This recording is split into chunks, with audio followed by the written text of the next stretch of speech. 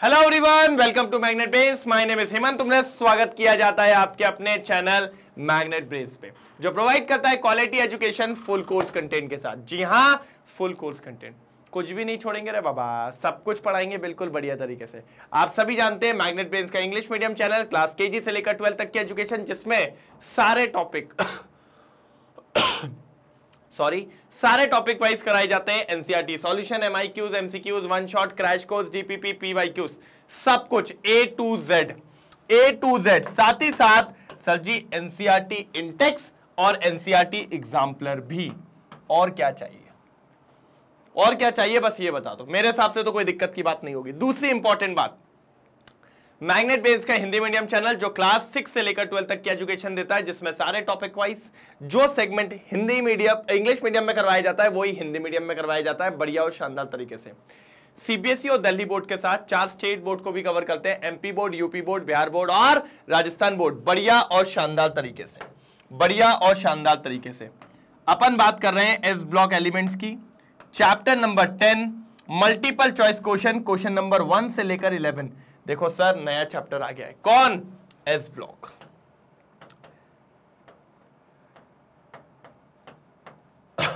क्या आ गया sir? S block. मजेदार, शानदार।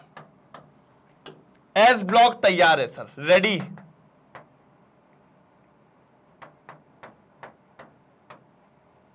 एस ब्लॉक रेडी है भैया, एस ब्लॉक रेडी है भैया, रेडी है। कोई दिक्कत की बात नहीं है, रेडी है, बस इतना याद रखो, कोई प्रॉब्लम नहीं होने वाली। एस ब्लॉक क्या है सर? रेडी है, एक तरफा तरीके से रेडी है। करे चालू, जल्दी बता दीजिए। पेन कॉपी लेके आ जाइए, पेन कॉपी लेके आ जाइए, मजा आएगा सर, मजा आएगा। ठीक है, डन। अच्छा, अब पहले थोड़ी कुछ बातें कर लेते हैं सर। एस ब्लॉक मतलब क्या सर? आप सब जानते हो पीरियोडिक टेबल ऐसा होता है,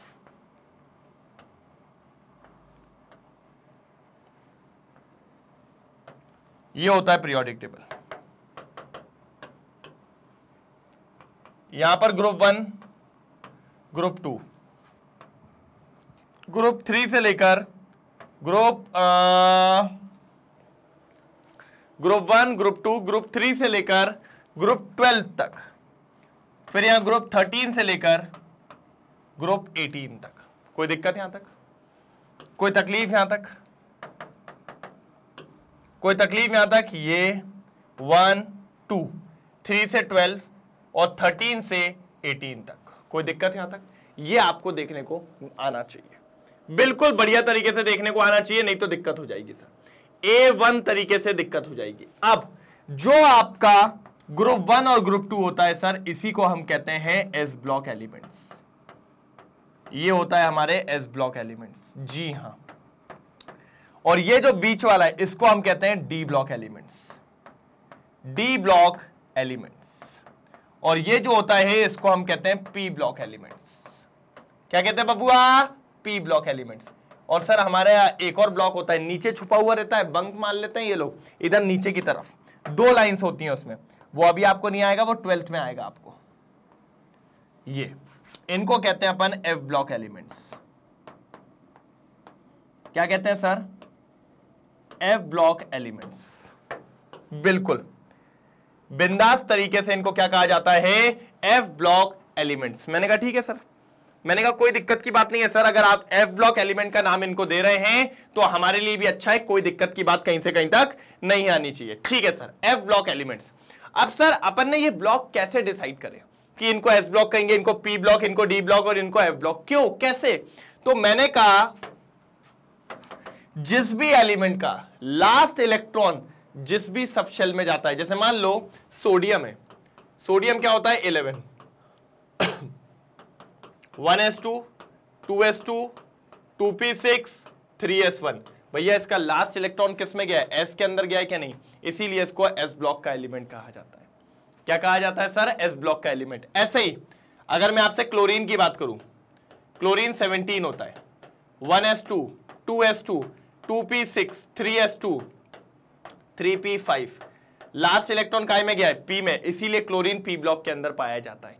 समझ पा रहे हो? ऐसे ही एक और आयरन देख लो, चलो वैसे डी और एफ पे बात करनी नहीं थी लेकिन कर लेते।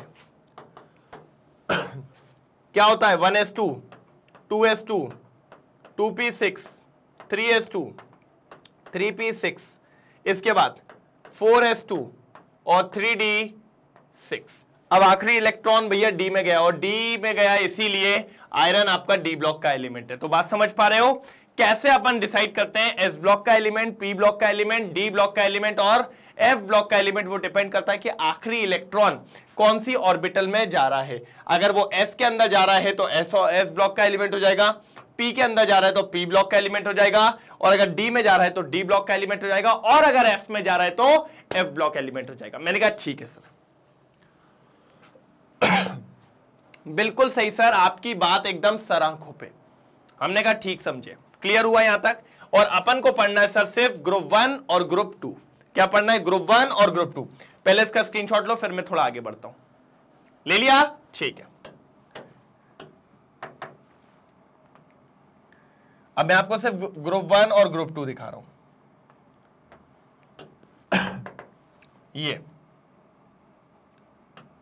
ये आपका ग्रुप 1 और ये आपका ग्रुप 2, ठीक है।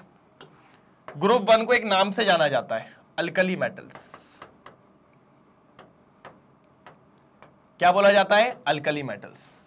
और ग्रुप 2 को बोला जाता है अल्कली अर्थ मेटल्स। जी हां, जी हां। अब इसमें जो एलिमेंट्स होते हैं वो देखिए,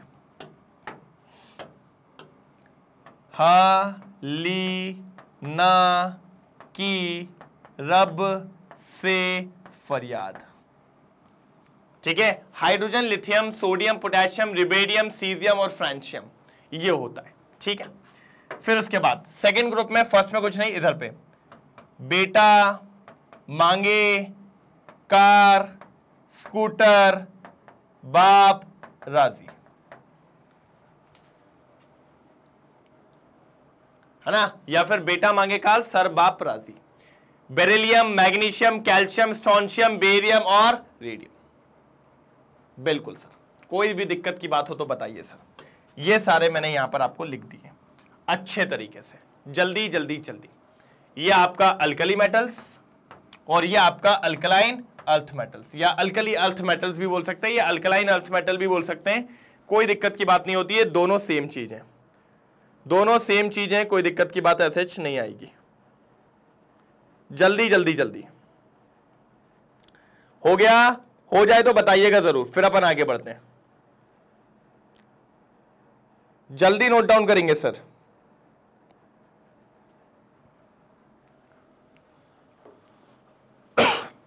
जल्दी नोट डाउन करेंगे सर, जल्दी।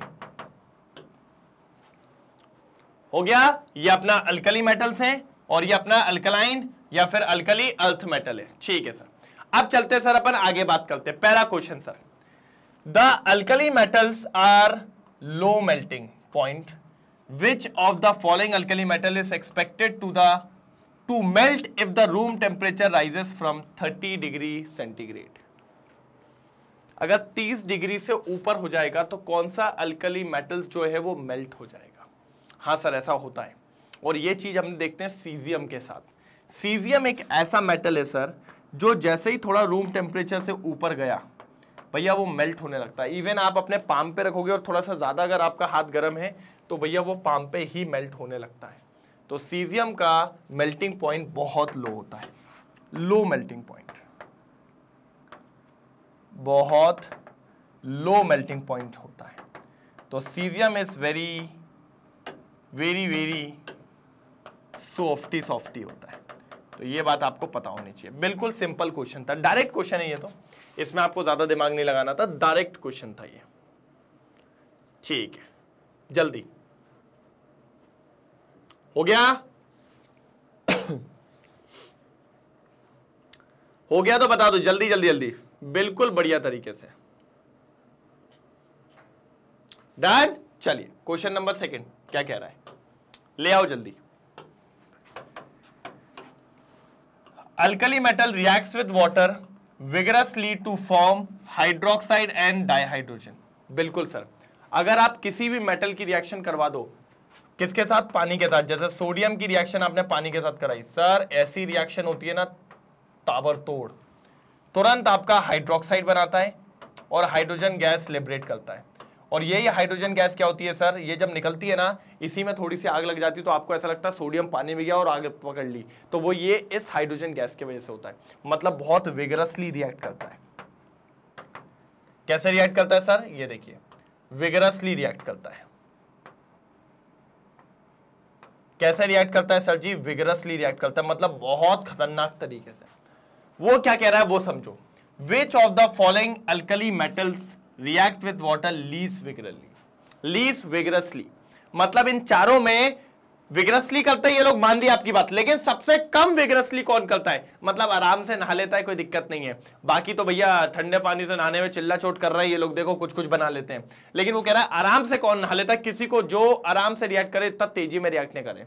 तो मैंने कहा सर उसके अंदर आता है हमारा सबसे बढ़िया आंसर जो कि है लिथियम। सर ऐसा क्यों, सर स्मॉल साइज, लिथियम क्या है सर, एक तो स्मॉल साइज है, स्मॉल साइज, और इसकी आयोनाइजेशन एनर्जी ज्यादा है, तो ये इलेक्ट्रॉन इतने जल्दी लूज नहीं करता, इसका इलेक्ट्रॉन लूज इजीली नहीं हो पाता, और जितने जल्दी ये इलेक्ट्रॉन लूज नहीं करेगा उतने जल्दी ये रिएक्ट नहीं करेगा, क्योंकि साइज छोटा है। आयोनाइजेशन एनर्जी ज्यादा है, तो कम एनर्जी पे इलेक्ट्रॉन निकलेगा ही नहीं, और अगर इलेक्ट्रॉन निकलेगा नहीं तो रिएक्शन होगी नहीं, और रिएक्शन होगी नहीं तो भैया फिर हाइड्रोजन गैस बनेगी नहीं, हाइड्रोजन गैस बनेगी नहीं तो विगरसली रिएक्ट करेगा नहीं। इसीलिए सबसे जल्दी कौन आता है, लिथियम। फिर बाकी नीचे जाने पे साइज बढ़ने लगता है, साइज बढ़ता है तो आयोनाइजेशन एनर्जी कम हो जाती है, और आयोनाइजेशन एनर्जी कम होगी तो भैया इलेक्ट्रॉन जल्दी चला जाएगा, और इलेक्ट्रॉन जितने जल्दी जाएगा उतनी तेजी में रिएक्शन आपको देखने को मिलेगी। तो सर एक बार इसको नोट डाउन करिए, फिर चेक करते हैं आंसर यही है क्या नहीं है। मेरे हिसाब से तो यही आंसर है, मेरे हिसाब से तो यही आंसर है, कोई दिक्कत की बात नहीं है। डन डना डन डन भैया, आंसर पक्का हो गया अपना, तो अपना आंसर पक्का हो गया भैया। जल्दी आंसर पक्का हो गया सर अपना, lithium is the right answer, lithium is the right answer. जल्दी नोट डाउन करो। चलो नेक्स्ट क्वेश्चन, बढ़े आगे बढ़े क्या, ठीक है sir. The reducing power of a metal depends on various factor, ठीक है, मतलब कि कौन रिड्यूसिंग एजेंट होगा, रिड्यूसिंग पावर जिसकी होती है वो बहुत सारे फैक्टर्स पे डिपेंड करता है। Suggest a factor which makes lithium the strongest reduce in aqueous solution. Sir ये बात हम जानते हैं कि जो लिथियम होता है ये स्ट्रॉन्गेस्ट रिड्यूसिंग एजेंट है। लिथियम जो है स्ट्रॉन्गेस्ट रिड्यूसिंग एजेंट है इन एक्वस सॉल्यूशन। लिथियम जो है स्ट्रॉन्गेस्ट रिड्यूसिंग एजेंट है किसके अंदर बेटा, एक्वस सॉल्यूशन के अंदर। किसके अंदर बेटा, एक्वस सॉल्यूशन के अंदर। एक्वस सॉल्यूशन के अंदर लिथियम स्ट्रॉन्गेस्ट रिड्यूसिंग एजेंट है, यह हम जानते हैं। सर इसमें कई सारे फैक्टर्स आते हैं, लेकिन सबसे इंपॉर्टेंट फैक्टर कौन सा आता है जो इसको सबसे स्ट्रॉन्गेस्ट रिड्यूसिंग एजेंट बनाता है, तो वो आता है सर हाइड्रेशन एनर्जी। जी हां, इसकी हाइड्रेशन एनर्जी बहुत ज्यादा होती है सर, बहुत ज्यादा। इसकी हाइड्रेशन एनर्जी बहुत ज्यादा होती है इसकी हाइड्रेशन एनर्जी। कैसे पता, due to small size, due to small size. Size छोटे होने के कारण, साइज छोटे होने के कारण, अब देखो साइज छोटे होने से कैसा होता है सर, देखो लिथियम होगा, ये गया पानी के अंदर।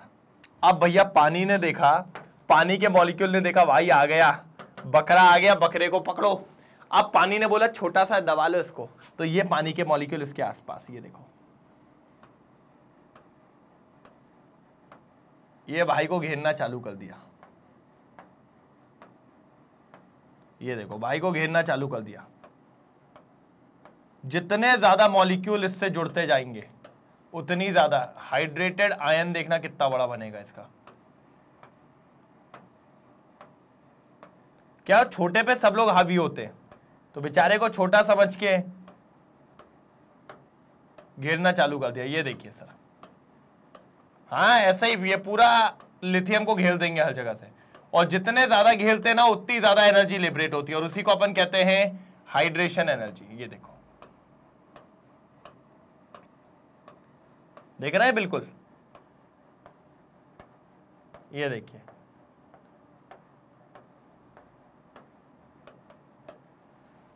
समझ में आ रहा है? पूरा घेरना चालू किया भाई को। ये घेरते चले जा रहे हो, और जब ये घेर रहे हैं तो ये पूरा बड़ा सा, ये इसको कहते हैं हाइड्रेटेड आयन। क्या कहते हैं? Hydrated ion. और जितना ज्यादा हाइड्रेटेड आयन होगा उतनी ज्यादा एनर्जी रिलीज होती है, और उसी को अपन कहते हैं हाई हाइड्रेशन एनर्जी।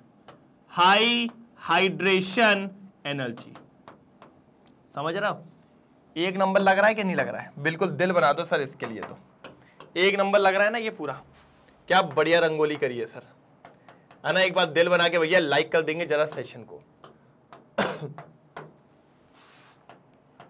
भाई इस सेशन को लाइक करेंगे, बिल्कुल सेशन को लाइक और शेयर करेंगे जल्दी। देखिए तो सर इसकी हाइड्रेशन एनर्जी सबसे ज्यादा होती है, इसीलिए लिथियम को अपन स्ट्रॉन्गेस्ट रिड्यूसिंग एजेंट का नाम देते हैं। Sir strongest reducing agent due to high hydration energy, due to high hydration energy. मैंने कहा ठीक है सर, आपकी बात मान ली। C for cute, C for cute answer. चलो भाई, सी फॉर क्यूट आंसर जल्दी नोट डाउन करेंगे सर। सर जल्दी नोट डाउन करेंगे, कोई दिक्कत की बात नहीं है। Done, C for cute answer जल्दी। डन, जल्दी कर लीजिए तो मजा आ जाए। सी फॉर क्यूट आंसर जल्दी।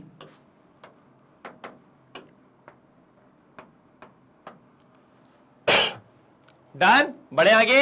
Yes sir, question number 4।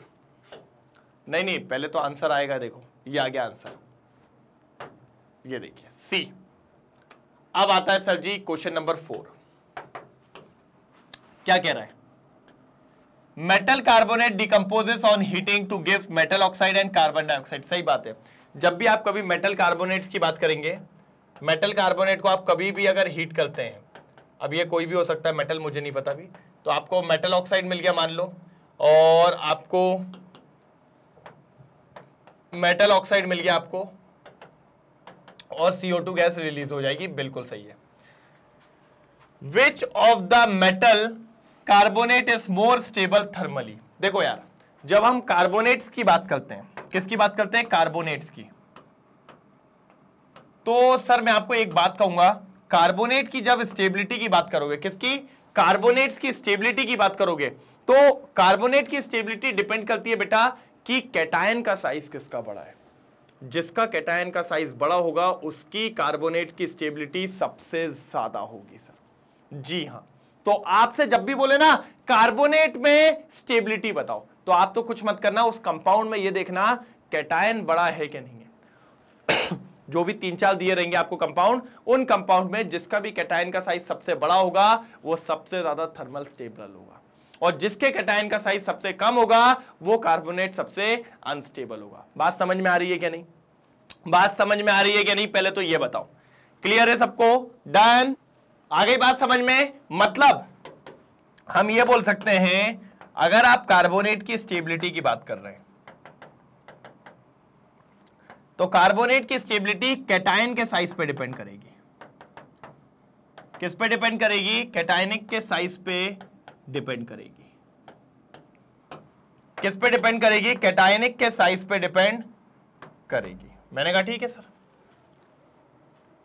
मैंने कहा ठीक है सर, कोई दिक्कत की बात नहीं है, कैटायन के साइज पे डिपेंड करेगी। ठीक है, डन, बिल्कुल सही है। अब इन चारों में आप देखिए कैटायन का साइज किसका बड़ा है। सर हमने पढ़ा है magnesium, calcium, strontium, barium. Sir ये लोग लाइन से जमे हुए हैं, मैग्नीशियम, कैल्शियम, स्ट्रोंशियम और बेरियम। और हमने पढ़ा है कि on moving down the group, क्या है sir, on moving down the group.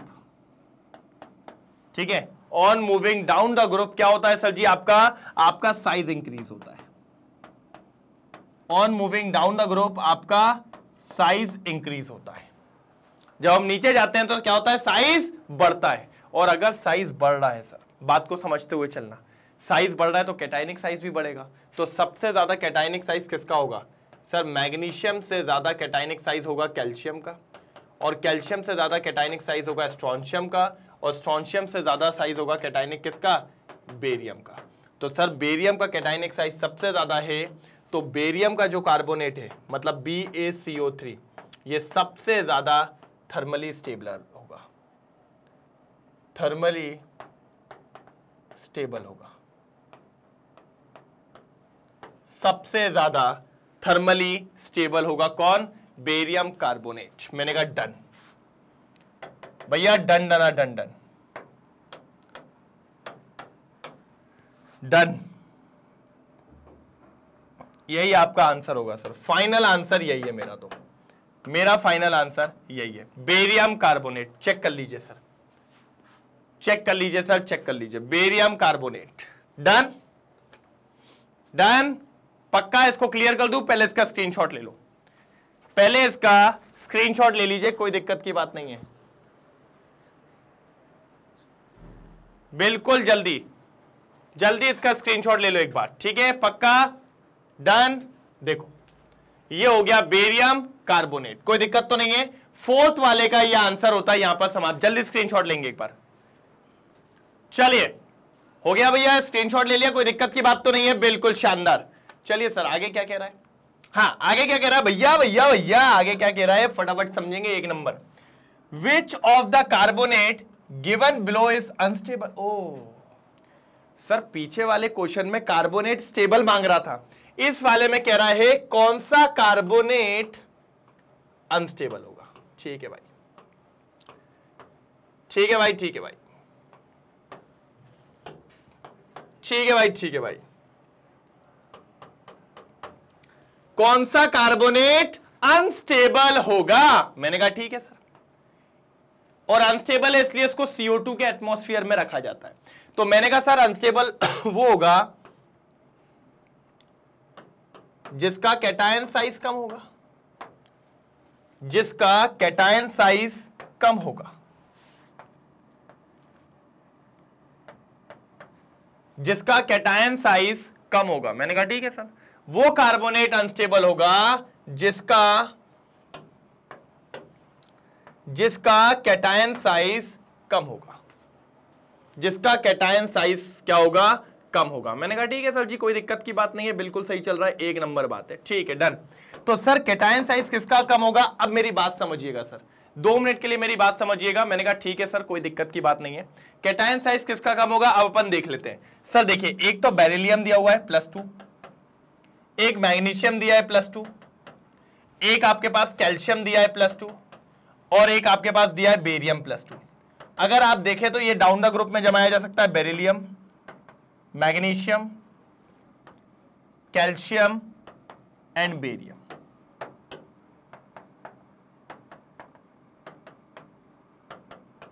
यही होगा बिल्कुल। और जब हम नीचे की तरफ जाते हैं तो साइज बढ़ता है सर, साइज बढ़ता है तो कैटायन का साइज भी बढ़ेगा। तो किसका साइज कम होगा सर, ऊपर वाले का, ये वाले का, इसका साइज सबसे कम होगा, इसका साइज सबसे कम होगा। और इसका अगर साइज कम होगा तो डेफिनेटली यही सबसे अनस्टेबल होगा, मतलब A is the right answer, A is the right answer, A for आलू, ए फॉर आलू। भैया आलू आ गया है बिल्कुल बढ़िया तरीके से। बेरिलियम कार्बोनेट का साइज बेरिलियम का साइज सबसे छोटा होगा, इसलिए वो सबसे ज्यादा अनस्टेबल होगा। जल्दी नोट डाउन करो सर, सर जल्दी करो, बिल्कुल तेजी में, तेजी में नोट डाउन करो सर, तेजी में। कोई दिक्कत तो नहीं है? बिल्कुल, कोई भी दिक्कत हो तो बताइए। मेरे हिसाब से तो दिक्कत नहीं होनी चाहिए, बिल्कुल बोल दे रहा हूं सर। आज अगर दिक्कत हुई तो लड़ाई हो जाएगी बहुत जम के, बहुत जम के लड़ाई हो जाएगी सर, बहुत जम के। जल्दी देख लो सर, एक बार जल्दी देख लो, जल्दी मजेदार तरीके से, फिर अपन आगे बढ़ते हैं। ठीक है, साइज कम है, साइज कम है भाई, साइज कम है। ठीक है, फर्स्ट वाला हो गया भैया, फिफ्थ का ए, फिफ्थ का ए डन। चल भैया सिक्स्थ पे आते हैं। मेटल फॉर्म्स बेसिक हाइड्रोक्साइड, ये हम जानते हैं सर। मेटल्स हमेशा क्या बनाते हैं? बेसिक हाइड्रोक्साइड्स बनाते हैं। मेटल्स की जो हाइड्रोक्साइड होती हैं वो बेसिक नेचर की होती है। कैसी होती है सर? बेसिक नेचर की। और जो नॉन मेटल्स हाइड्रोक्साइड बनाएंगे सर, वैसे तो नॉन मेटल बनाते नहीं है, लेकिन नॉन मेटल की हाइड्रोक्साइड्स जो होंगी एसिडिक होंगी, लेकिन ठीक है, हाइड्रोक्साइड्स वैसे हमारे बेसिक ही होती है, इसलिए मेटल्स की हाइड्रोक्साइड्स हमेशा कैसी होती है? बेसिक नेचर की। ठीक है, आगे सुनिए। विच of the following metal hydroxide is the least basic? कौन सी सबसे कम बेसिक होगी? अब समझो सर, मैं आपको हमेशा कहता हूं सर, बेसिक नेचर कैसे पता चलता है? जो OH जल्दी देते हैं। अगर मान लो एक एग्जांपल ले लेता हूं, कोई भी मेटल है, उसकी हाइड्रोक्साइड है MOH2, ये जितने जल्दी हाइड्रोक्साइड दे देगा उतना ज्यादा बेसिक कहलाएगा। जितने जल्दी ये हाइड्रोक्साइड दे देगा उतना ज्यादा क्या कहलाएगा? बेसिक नेचर कहलाएगा। बात समझ रहा हूं? जितने जल्दी ये हाइड्रोक्साइड दे देगा उतना ज्यादा बेसिक नेचर कहलाएगा। और सर ये कब जल्दी हाइड्रोक्साइड देगा? जब ये टूटेगा जल्दी। जितने जल्दी ये डिकम्पोज होगा उतने जल्दी ये दे देगा OH। और ये डिकम्पोज कब होगा सर? जब इनकी बॉन्ड लेंथ ज्यादा होगी। जी हां, जब इनकी जो बीच की बॉन्ड लेंथ है वो ज्यादा होगी। सर बॉन्ड लेंथ जितनी ज्यादा होती है उतना जल्दी टूटता है। और बॉन्ड लेंथ कब ज्यादा होगी सर? जब साइज बड़ा होगा, मेटल का साइज बड़ा होगा। और मेटल का साइज कहां बढ़ेगा? डाउन द ग्रुप बढ़ता है सर।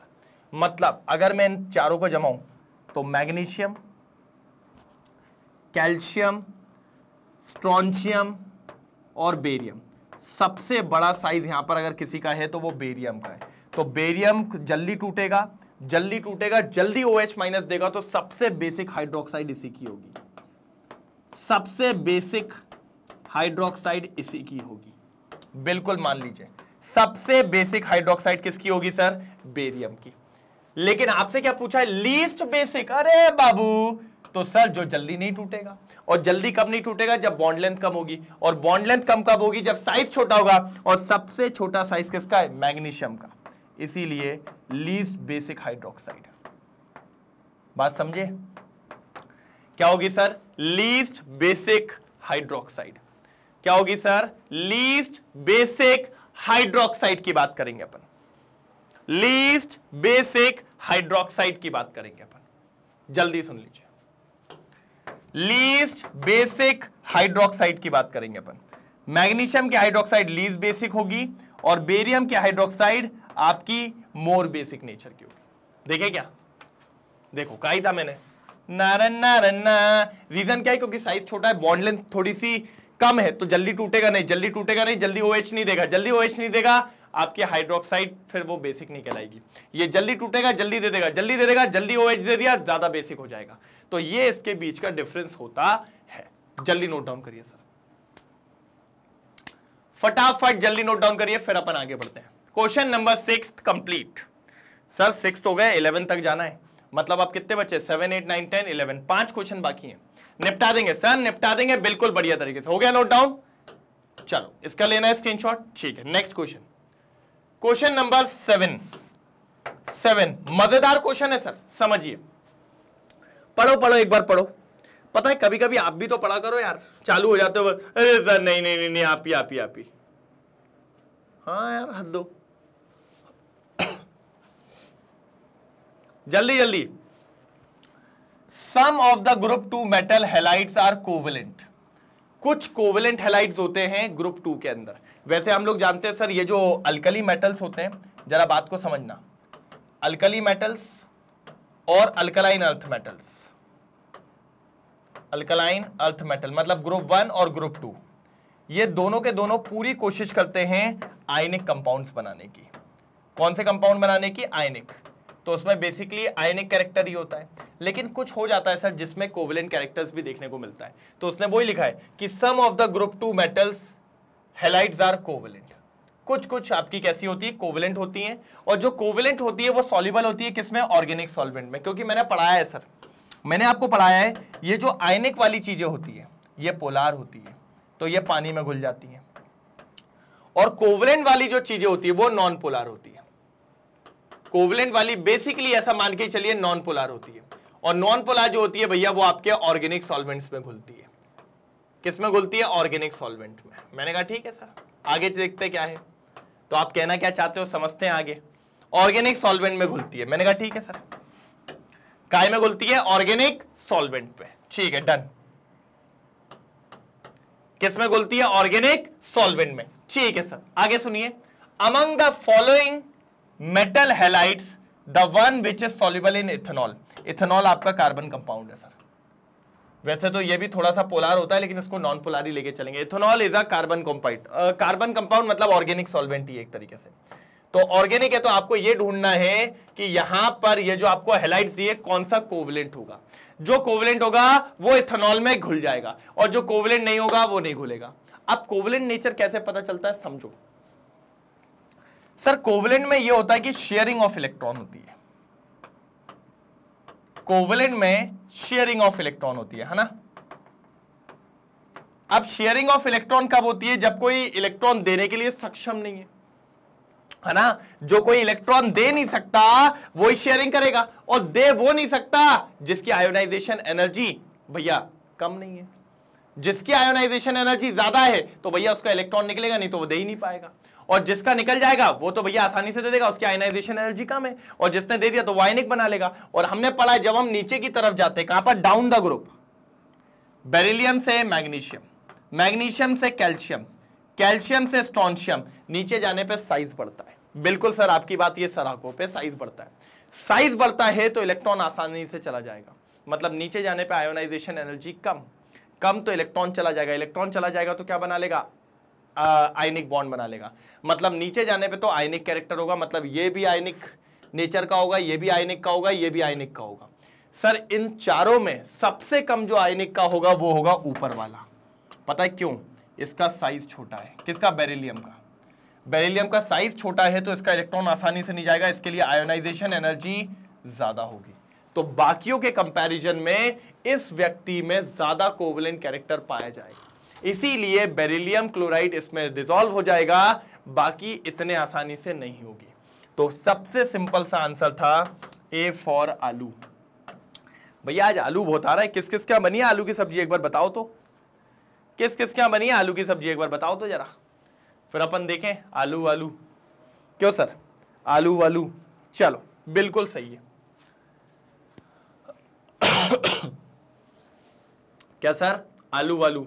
चलिए चलिए चलिए चलिए, कोई दिक्कत की बात नहीं, आगे बढ़ेंगे आगे बढ़ेंगे आगे बढ़ेंगे। जितने जल्दी करेंगे उतना जल्दी आगे बढ़ते चलेंगे। फटाफट सॉल्व करना है सर, आज रुकना नहीं है, आज रुकना नहीं है।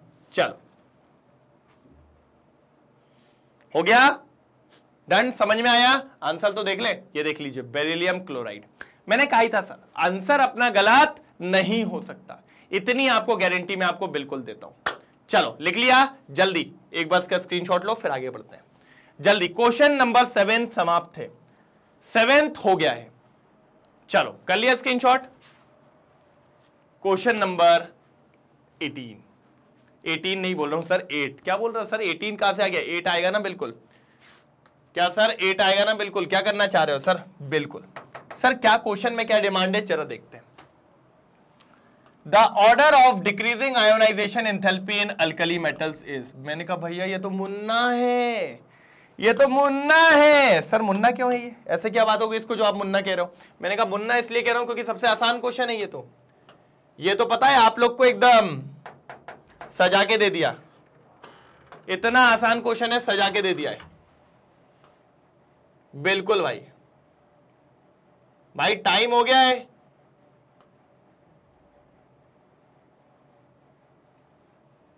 हाँ क्या बोलती पब्लिक? चलो लाइक कर दीजिए बेटा। मुन्ना सा क्वेश्चन आ गया, मुन्ना है मुन्ना, ठीक है। क्या बोल रहा है, चलो देखते हैं। सर पहली बात तो डिक्रीजिंग ऑर्डर में जमाना है आयोनाइजेशन एनर्जी, ज्यादा फालतू बात मत करना। मैंने कहा ठीक है सर। किस किस की बात हो रही है? लिथियम, सोडियम, पोटेशियम और यूरेडियम। सर ये लाइन से जमा दिया। हलीना की रब से फरियाद, जानते हो किसी हलीना को? मैंने बताया था ना आपको हलीना जी के बारे में, नहीं बताया था? बिल्कुल बढ़िया है, एक नंबर। अपन ने एक शॉट बनाया था ना हलीना जी के ऊपर, बिल्कुल मैं उसी की बात कर रहा था। ठीक है सर, आपने पढ़ा है जब हम नीचे जाते हैं तो क्या होता है? नीचे जाने पे साइज बढ़ता है। अच्छा आप कुछ बोलेंगे सर नीचे जा रहे हैं तो नीचे ही जाएंगे और क्या होगा, उसमें क्या अलग बात है? नीचे जाने पे साइज बढ़ता है। क्यों सर, क्यों क्यों क्यों क्यों? मैंने कहा सुनो ना, क्योंकि नंबर ऑफ शेल्स इंक्रीज होते हैं। ये ऐसा है 1 BHK से 2 BHK, 2 BHK से 3 BHK, 3 BHK से 4 BHK, ऐसा। जैसे लिथियम 3 होता है तो 2,1, सोडियम होता है 11, 2,8,1, पोटेशियम कितना हो जाएगा? 2,8,8,1।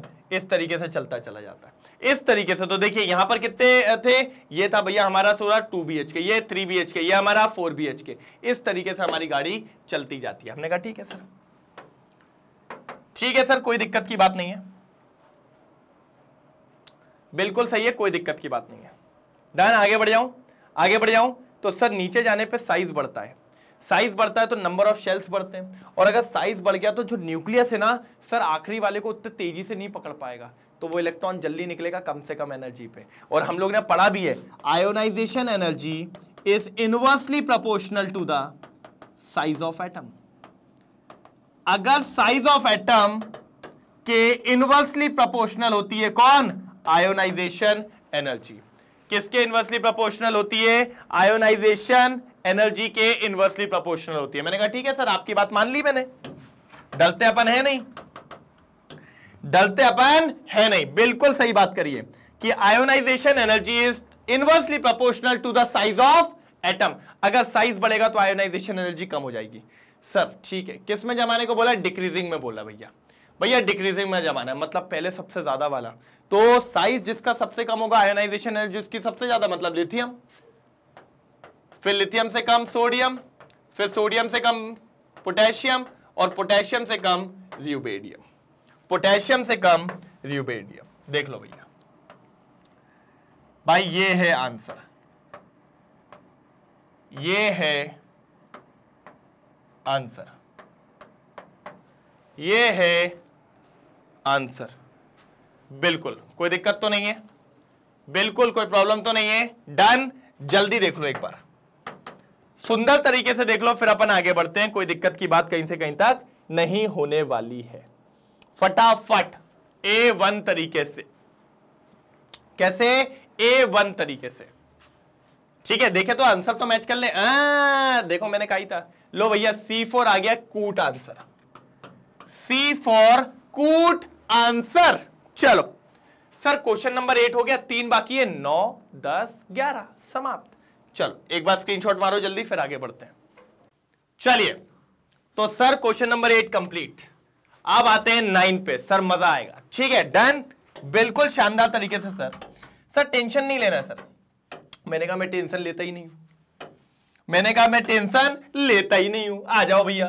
The solubility of metal halide depends on their nature, lattice energy and hydration enthalpy of the individual ions. ठीक है सर, किसी को भी अगर घुलना है, अगर मेटल हैलाइड को घुलना है तो कई सारी बातों का ध्यान रखना पड़ता है। अगर एक मेटल हैलाइड को सॉल्युबल होना है तो बिल्कुल सर, अगर एक मेटल हैलाइड को घुलना है तो उनको कई सारी बातों का ध्यान रखना पड़ता है। जैसे कि अब सुनना मेरी बात, क्या? पहला, उनको यह देखना पड़ता है कि उसका नेचर क्या है, आयनिक है, कोवेलेंट है। यह देखना होता है कि उसकी लैटिस एनर्जी कैसी है, लैटिस एनर्जी कैसी है। ठीक है। दूसरी बात, हाइड्रेशन एनर्जी कैसी है? सर हाइड्रेशन एनर्जी ज्यादा होती है तो वो घुल जाता है, लेकिन अगर लैटिस एनर्जी ज्यादा है तो वो नहीं घुलता। लैटिस एनर्जी बेटा एक तरीके से ऐसा मान लो, जब कोई बॉन्ड बनता है ना तो एक इनमरस अमाउंट ऑफ एनर्जी रिलीज होती है, उसको अपन लैटिस एनर्जी कहते हैं। और अगर कोई वो तोड़ने की बात आ रही है, अगर उसको घोलने की बात आ रही है और अगर उसकी लैटिस एनर्जी ज्यादा है तो उसकी सॉल्युबिलिटी बहुत कम होगी सर, बहुत कम। अब आपसे क्या पूछ रहा है, among the fluorides of alkali metal the lowest solubility of LiF in water is due to. कह रहा है fluorides of alkali metals, alkali metal के फ्लोराइड्स क्या होंगे? LiF, NaF, KF, RbF, CSF, यही होंगे फ्लोराइड्स के, नहीं होंगे? यही आपके क्या होंगे सर? Alkali metals fluorides.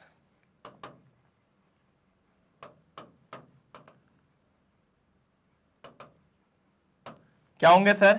यही कहलाएंगे अल्कली मेटल्स फ्लोराइड्स।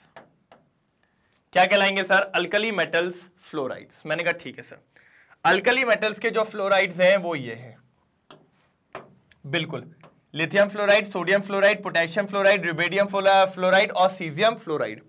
अब इसमें अगर मैं देखूं तो सर सबसे ज्यादा स्ट्रॉन्ग बॉन्ड जो है वो LiF का होगा, क्योंकि सर बॉन्ड लेंथ बहुत छोटी है, इसकी जो बॉन्ड लेंथ है वो बहुत छोटी है, इसकी बॉन्ड लेंथ, इसके बॉन्ड की जो लेंथ होगी वो बहुत शॉर्ट है, मतलब बहुत ही तगड़ा बॉन्ड बना के बैठे होंगे, और तगड़ा बॉन्ड बना के बैठे होंगे तो इसकी लैटिस एनर्जी ज्यादा होगी सर। क्या ज्यादा होगी सर? इसकी लैटिस एनर्जी ज्यादा होगी, और अगर इसकी लैटिस एनर्जी ज्यादा है तो डेफिनेटली सर ये सॉल्युबल नहीं हो सकता, क्योंकि घुलेगा ही नहीं। तो इसीलिए LiF जो है वो उसकी सॉल्युबिलिटी लेस है, लिख सकते हो आप, लोएस्ट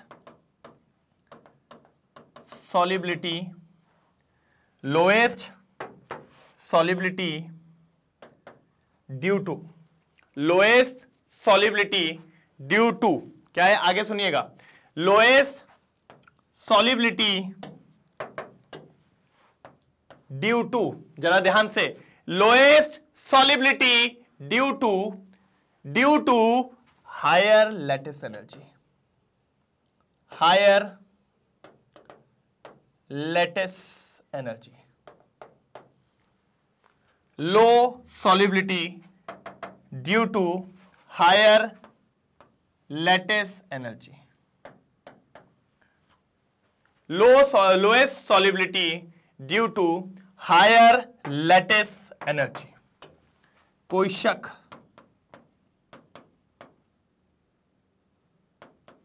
कोई शक?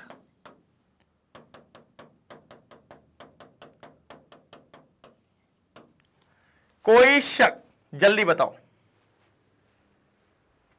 यहां तक क्लियर है? यहां तक क्लियर है कि नहीं है? बिल्कुल सर, बिल्कुल बिल्कुल।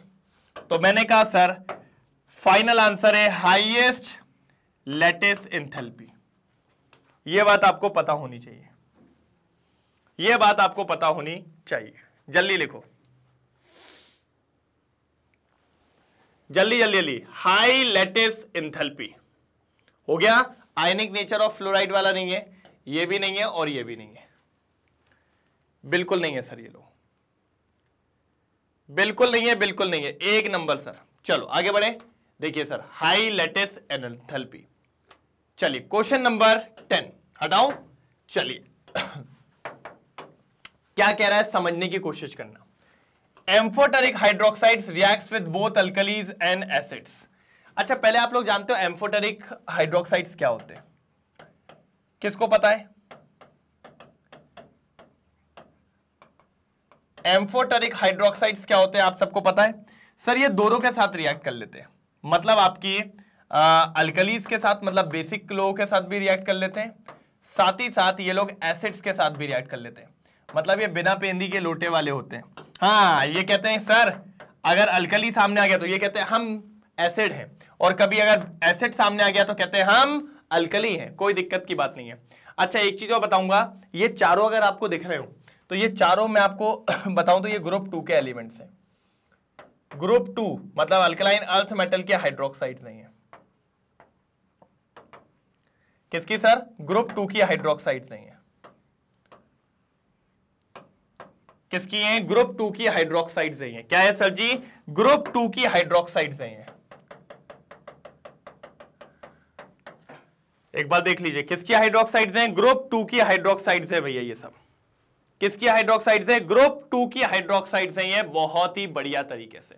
मैंने कहा ठीक है सर, मैंने कहा डन। अगर आप कह रहे हैं तो मान लेते हैं ग्रुप 2 की हाइड्रोक्साइड्स है ये सब, ठीक है। दूसरी बात समझो, अगर मैं आपसे बोलूं सर हमेशा याद रखना, अगर मैं डाउन द ग्रुप जा रहा हूं, अगर मैं डाउन द ग्रुप जा रहा हूं तो सर हाइड्रोक्साइड्स का बेसिक नेचर बढ़ता है। बिल्कुल सर, ये अपन ने पढ़ा अभी थोड़ी देर पहले। हाइड्रोक्साइड्स का बेसिक नेचर इंक्रीज होता है। जैसे मैं अगर यहां से ये बेरिलियम, मैग्नीशियम, कैल्शियम, बेरियम है ना, स्ट्रोंशियम नहीं है, ये डाउन द ग्रुप ही है। तो सर जब नीचे जाते हैं साइज बढ़ता है, साइज बढ़ता है, बॉन्ड लेंथ बढ़ती है, बॉन्ड लेंथ बढ़ती है, जल्दी टूटेगी, जल्दी टूटेगी, जल्दी OH, जल्दी OH, बेसिक नेचर। तो इन सब में अगर कंपेयर करूं तो सबसे ज्यादा बेसिक, उससे कम, उससे कम, सबसे कम बेसिक, सबसे कम बेसिक। तो अगर मैं एम्फोटेरिक की बात करूं तो sir beryllium hydroxide is a amphoteric oxide. जी हां, सेकेंड ग्रुप के अंदर, सेकेंड ग्रुप मतलब अल्कलाइन अर्थ मेटल के अंदर बेरिलियम हाइड्रोक्साइड जो होता है ये होती है एम्फोटेरिक हाइड्रोक्साइड। ये क्या होती है? Amphoteric hydroxide. क्या होती है सर? Amphoteric hydroxide. जल्दी देखिए सर, क्या होती है? Amphoteric hydroxides. जल्दी देखिए सर,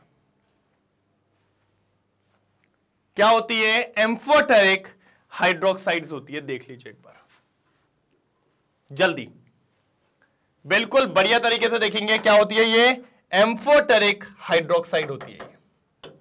मैंने कहा ठीक है सर, आपकी बात सराखों पे मान गए हम। अब उसने आगे क्या बोला था ये सुनिए, विच of the following group 2 metal hydroxide is soluble in sodium hydroxide. समझे?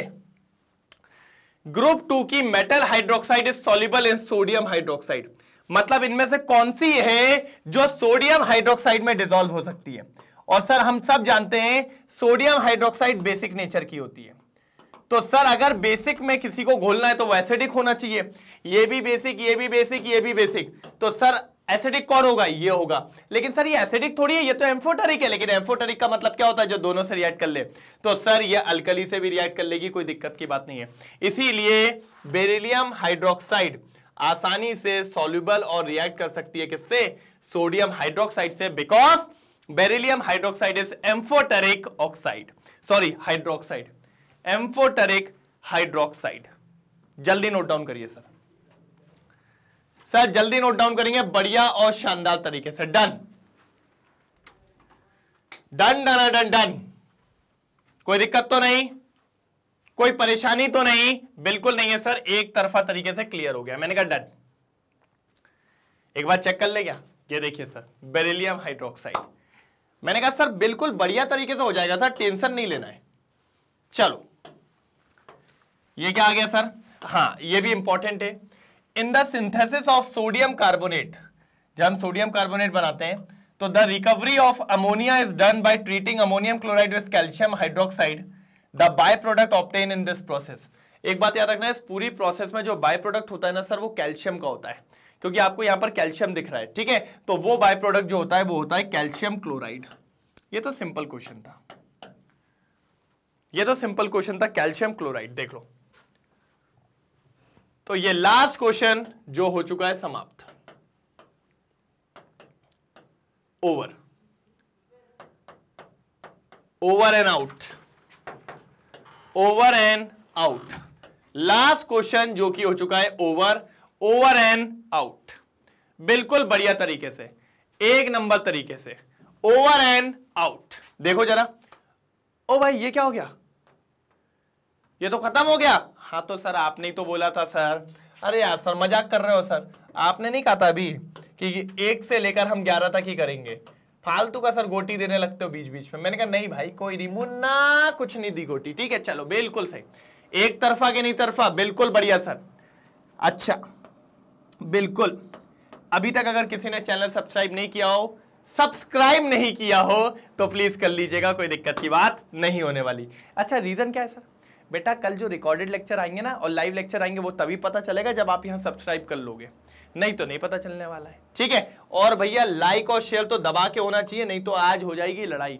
नहीं पढ़ा रहा, चले आऊंगा अभी जल्दी फटाफट, तेजी में बाबू, ठीक है। अच्छा ई बुक्स और ई नोट्स ये सब आपको मिलता है डिस्क्रिप्शन बॉक्स में, आपको लिंक मिल जाएगी बढ़िया और शानदार तरीके से, ठीक है।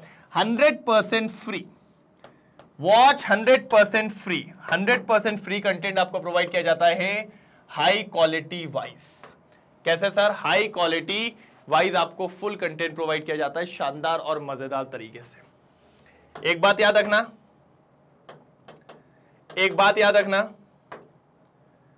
आप सभी जानते हैं मैग्नेट ब्रेन्स के 2 चैनल है, इंग्लिश मीडियम और हिंदी मीडियम। अगर मैं इंग्लिश मीडियम की बात करूं तो सीबीएसई और दिल्ली बोर्ड दोनों करवाया जाता है, वहीं हिंदी मीडियम की बात करूं तो इन दोनों बोर्ड के साथ Bihar board, UP board, MP board और राजस्थान बोर्ड इनको भी करवाया जाता है शानदार और मजेदार तरीके से। साथ ही साथ वैदिक maths, crash course, spoken English sir बिल्कुल झमाझम तरीके से, कुछ भी ऐसा नहीं जो छोड़ा जाता है। 100% क्वालिटी एजुकेशन के साथ दोनों तीनों चीजें आपको प्रोवाइड की जाती है। जल्दी नोट डाउन करिए एक बार सर, बढ़िया तरीके से जल्दी नोट डाउन करिए, बिल्कुल बोले तो ठीक है, डन। चलिए तो अब कल क्या आने वाला है सर? क्वेश्चन नंबर 11 के आगे मिलेंगे अपन, कोई दिक्कत की बात कहीं से कहीं तक नहीं होने वाली। तो चलिए यहां तक आज अपन समाप्त करेंगे, अब मिलते हैं कल, तब तक के लिए bye bye, thank you so much, जय हिंद।